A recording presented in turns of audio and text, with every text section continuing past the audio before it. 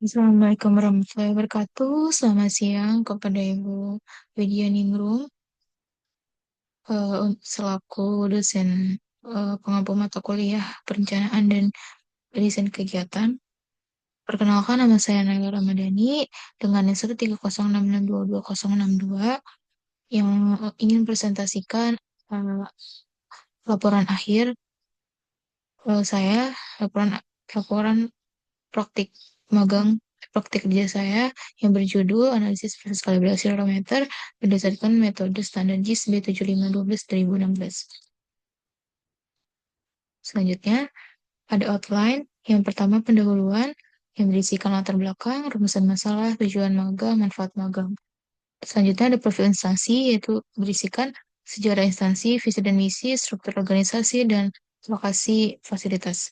Yang ketiga ada studi pustaka, kalibrasi, barometer, standar B7512 2016. Selanjutnya ada metode pelaksanaan yang berisi tujuan operasional, waktu dan tempat kegiatan, rancangan kegiatan, target kegiatan, dan monitoring dan evaluasi. Selanjutnya ada penutup yang berisikan rangkuman proposal dan ucapan terima kasih. Lalu harapan. Selanjutnya ada lampiran. Oke, next selanjutnya adalah latar belakang. Kalibrasi alat ukur khususnya barometer menjadi proses penting dalam menjamin ketelitian dan ketertelusuran pengukuran panjang di dunia industri. Barometer banyak digunakan dalam konstruksi, manufaktur, dan pengukuran teknis yang membutuhkan akurasi tinggi. Ketidaktepatan alat ukur dapat memicu kesalahan produksi, cacat produk, hingga potensi kerugian. Proses kalibrasi ini dilakukan menggunakan Measuring Tape Scale Calibration, MSTC, untuk membandingkan hasil pengukuran raw meter terhadap standar yang telah terkalibrasi. Kegiatan kalibrasi ini mengacu pada standar internasional JIS B7512 2016 yang memastikan operasi, konsistensi, dan ketertelusuran hasil pengukuran. Selanjutnya ada rumusan masalah. Yang pertama, bagaimana prosedur standar kalibrasi raw meter baja, baja berdasarkan metode JIS B7512 2016. Apa saja parameter teknis yang diuji dalam proses kalibrasi raw meter menurut JIS B7512 2016? Apa saja perangkat dan metode pengujian yang digunakan dalam proses kalibrasi raw meter di laboratorium? Selanjutnya ada tujuan. Tujuan yang pertama, tujuan khusus, yaitu mengkaji proses kalibrasi alat dimensi, khususnya raw meter dalam lingkup metrologi industri, serta memahami pentingnya pengendalian mutu dalam praktik pengukuran teknis. Selanjutnya ada tujuan khusus. Yang pertama, memahami cara kerja berbagai instrumen pengukuran, khususnya raw meter, serta fungsinya dalam proses kalibrasi. Yang kedua, mengetahui dan menerapkan standar internasional, khususnya JIS B75 2016, dalam proses kalibrasi alat ukur dimensi. Yang ketiga, menganalisis metode standar yang digunakan dalam proses kalibrasi alat ukur untuk memastikan ketepatan dan ketertelusuran hasil pengukuran. Selanjutnya ada manfaat. Yang pertama bagi mahasiswa, yaitu memberikan pengalaman langsung dalam proses kalibrasi alat ukur dimensi, serta meningkatkan kompetensi teknis di bidang metrologi industri. Yang kedua, menumbuhkan pemahaman tentang pentingnya ketertelusuran pengukuran dan penerapan standar internasional. Yang kedua, bagi Balai Besar Standarisasi Pelayanan Jasa Industri Kimia, Farmasi, dan Kemasan untuk menjalin hubungan kerja sama dengan lembaga pendidikan, khususnya Universitas Jakarta, setelah meningkatkan efektivitas kerja melalui dukungan teknis dari mahasiswa selama pelaksanaan kegiatan kalibrasi. Selanjutnya, untuk yang ketiga bagi Universitas di Jakarta, untuk membangun kemitraan dengan instansi atau laboratorium yang relevan untuk mendukung kegiatan pembelajaran praktis serta memberikan ruang bagi universitas, eh, bagi mahasiswa untuk mengimplementasikan teori yang telah dipelajari di bangku kuliah. Selanjutnya ada profil instansi, ada sejarah singkat instansi. Ya, Balai Besar Standarisasi dan Pelayanan Jasa Industri Kimia, Farmasi, dan Kemasan adalah unit pelaksanaan teknis di bawah Kementerian Perindustrian yang bertanggung jawab kepada Kepala BPSJIK, BSKIJI, BP, BPSPJIKFK menyediakan layanan jasa teknis, seperti litbang terapan, kalibrasi, sertifikasi, standarisasi, konsultasi, dan pelatihan di bidang kimia, farmasi, dan kemasan. Didirikan pada tahun 1938 di Batavia sebagai Central Bureau for Techniques uh, on the Zokizin, mengalami beberapa kali perubahan nama dan pengelola hingga pada tahun 2002 menjadi BBKK dan kini dikenal sebagai BBSPJIKFK. Berlokasi di Jalan Balai Besar, di Jalan Balai Kimia nomor 1, Jakarta Timur. BBSPJIKFK terus berkembang untuk mendukung industri nasional dan internasional. Selanjutnya ada visi dan misi. Pertama, visinya itu mempercepat dan melanjutkan pembangunan infrastruktur, membangun sumber daya manusia, reformasi birokrasi, dan anggaran pendapatan belanja negara yang fokus dan tepat sasaran. Misinya itu pertama peningkatan kualitas manusia Indonesia, yang kedua struktur ekonomi yang produktif, yang ketiga pembangunan yang merata, yang keempat mencapai lingkungan hidup yang berkelanjutan, yang kelima kemajuan budaya yang mencerminkan kepribadian bangsa, yang keenam penegakan sistem hukum yang bebas korupsi, yang ketujuh perlindungan bagi segenap bangsa dan memberikan rasa aman pada seluruh warga. Yang kedelapan, pengelolaan pemerintahan yang bersih, efektif, dan terpercaya. Yang kesembilan, sinergi pemerintah daerah dalam kerangka negara kesatuan. Oke, selanjutnya ada struktur organisasinya. Berikut adalah gambar bagan struktur organisasi BWSP JIKFK yang disusun sebagai pedoman pengelolaan jabatan dan koordinasi kerja antar unit untuk menciptakan keteraturan, kejelasan tanggung jawab, dan sinergi antar bidang. Struktur ini mengacu pada Peraturan Menteri Perindustrian Nomor 1 Tahun 2025 tentang tim kerja dan penempatan pegawai di lingkungan BPS PJI KFK dengan struktur yang sistematis, pelaksanaan kegiatan dapat berjalan efisien dan terkoordinasi. Selanjutnya ada lokasi dan fasilitas. Lokasinya di Balai Besar, berada di Jalan Balai Kimia nomor 1, Kelurahan Pekayon, Kecamatan Pasar Rebo, Jakarta Timur, daerah khusus Ibu Kota Jakarta. Fasilitasnya itu untuk menunjang pelaksanaan layanan dan kegiatan operasional, yaitu dilengkapi dengan berbagai fasilitas yang memadai, antara lain yang pertama laboratorium kalibrasi berada di gedung A.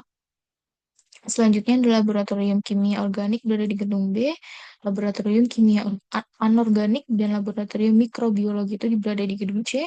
Yang keempat ada laboratorium kemasan pangan itu berada di gedung D, dan laboratorium kemasan produk dan bahan itu berada di gedung E. Oke, selanjutnya ada tinjauan pustakanya. Yang pertama itu kalibrasi.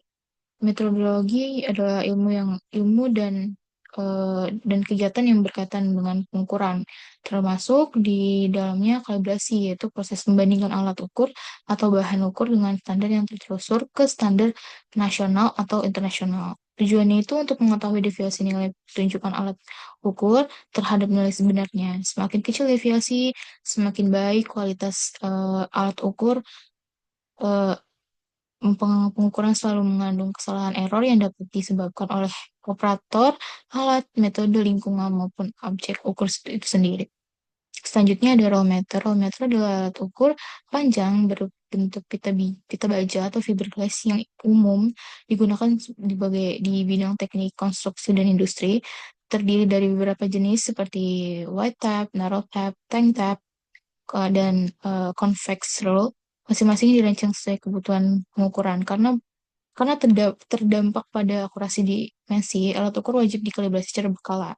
Kalibrasi tradisional dilakukan secara manual dengan mikroskop pembaca, namun kini telah berkembang menggunakan sistem machine version berbasis kamera CCD yang menawarkan akurasi tinggi, efisiensi waktu, dan pengurangan beban kerja operator. Yang ketiga, ada standar JIS B7512/2016, yaitu standar Jepang yang mengatur spesifikasi teknis pita ukur baja dengan ukuran 0,5 sampai 200 mm, mencakup jenis, metode penggunaan, dan pengujian. Standar ini membagi pita ukur menjadi grade 1 dan grade 2 gitu. Terus pengujian meliputi toleransi panjang, kemampuan stand out, kestrikan, sisi skala dilakukan pada suhu standar 20 derajat Celcius. Eh, Pita ukur yang lolos uji harus diberi penandaan, kelas akurasi, ukuran nominal, dan nama produsen secara permanen. Selanjutnya ada metode pelaksanaan.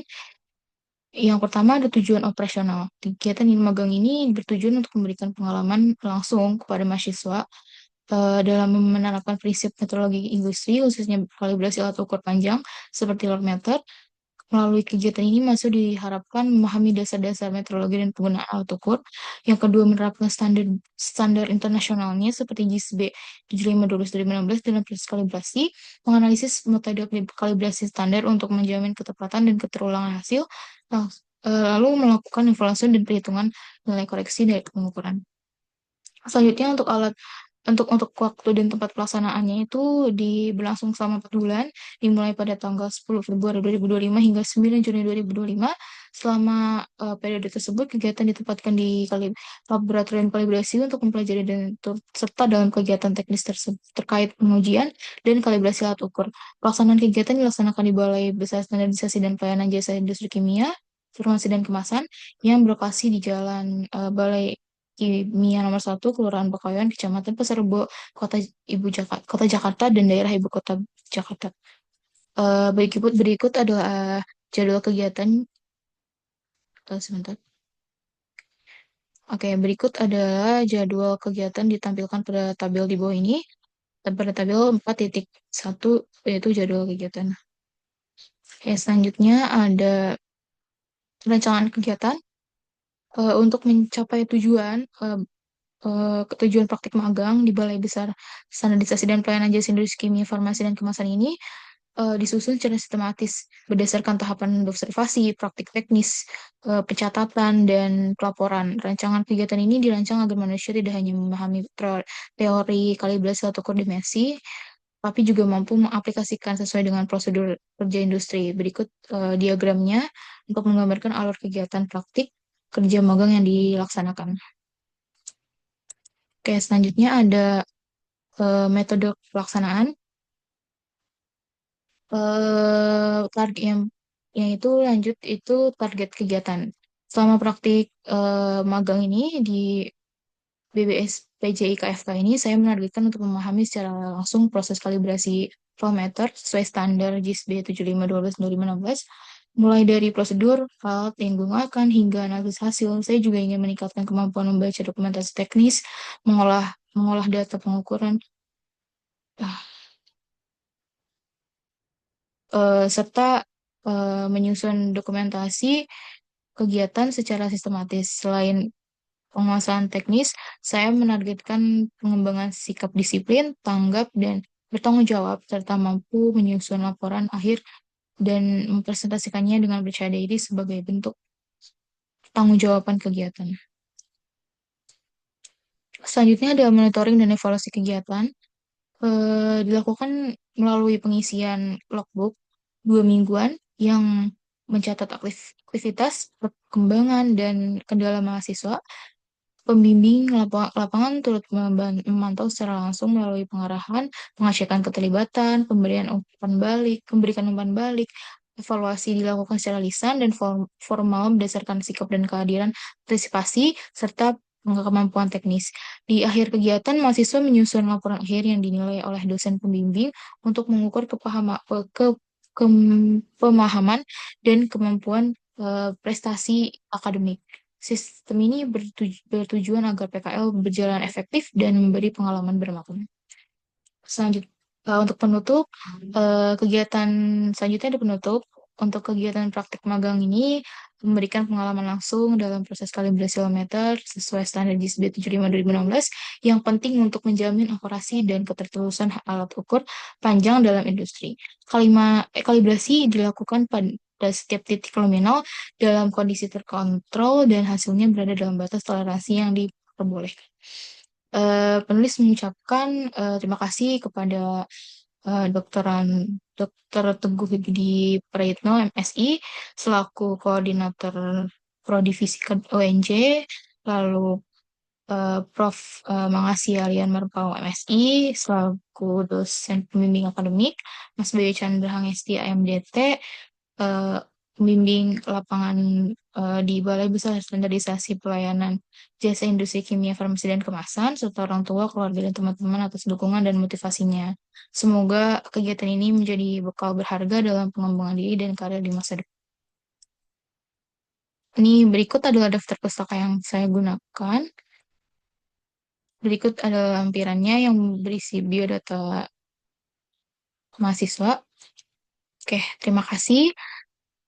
Kurang lebihnya mohon dimaafkan bila ada salah kata dan perbuatan. Assalamualaikum warahmatullahi wabarakatuh.